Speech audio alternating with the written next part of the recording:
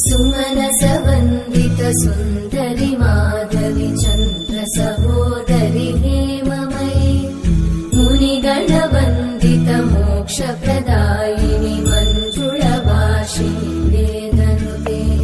पङ्कजवासिनि देव सुपूजित सद्गुणवर्षिणि शान्तियुते